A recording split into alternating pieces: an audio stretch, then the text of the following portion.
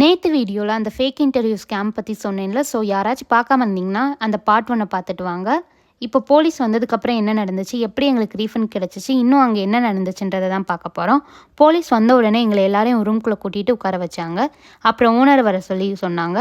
Owner வந்ததுக்கப்புறம் கூட கொஞ்சம் கூட பயப்படல. போலீஸ் முன்னாடியே நீங்கள் தானே சைன் பண்ணீங்க, நீங்கள் தானே பணம் கொடுத்தீங்க, இப்போ எப்படி ரீஃபண்ட் கேட்பீங்க அப்படின்னு ரொம்ப திமிராக பேசிகிட்டு இருந்தாங்க. நாங்களும் உடனே சரி நாங்கள் எஃப்ஐஆரே போட்டுக்கிறோம் அப்படின்னு சொன்னதுக்கப்புறம் போலீஸும் ஸ்டேஷனுக்கு வாங்க கம்ப்ளைண்ட் ரெஜிஸ்டர் பண்ணுங்கன்னு சொன்னாங்க. நாங்கள் ஒரு 10 to 12 பேர் சேர்ந்து போலீஸ் ஸ்டேஷனுக்கு கிளம்பிட்டு இருந்தோம்.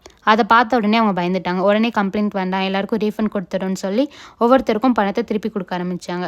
போலீஸ் இருந்ததுனால தான் எங்களுக்கு அந்த ரீஃபண்ட் கிடச்சிச்சு. அப்படி இல்லைன்னா எங்களுக்கு கண்டிப்பாக அது கிடச்சிருக்காது. ஆனால் எங்கள் கேள்வி என்ன, நாங்கள் கம்ப்ளைண்ட் பண்ணதுனால ரீஃபண்ட் கிடச்சிச்சு. இன்னும் பல பேருக்கு அங்கே உள்ளுக்கு பில்டிங்கில் இருந்தவங்களுக்கு இது ஸ்கேம்னே தெரியாமல் தான் இன்னும் அங்கே உட்காந்துட்டு இருந்தாங்க. இதுக்கு முன்னாடி இப்படி எவ்வளோ பேர் ஏமாந்துருப்பாங்களோ. கீழே பக்கத்தில் ஒரு ஏர்டெல் ஆஃபீஸ் இருந்துச்சு. அவங்கக்கிட்ட கேட்குறப்ப சொல்கிறாங்க இங்கே இது அடிக்கடி நடக்கிற ஒரு விஷயம் தான் அசால்ட்டாக சொன்னாங்க.